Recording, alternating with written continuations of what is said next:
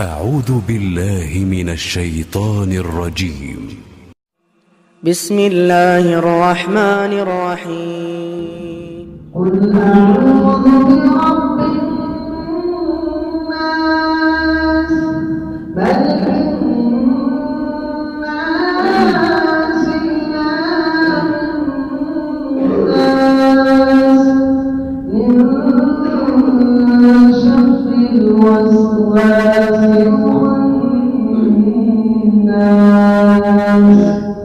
الذي يوسوس في صدور الناس من الجنة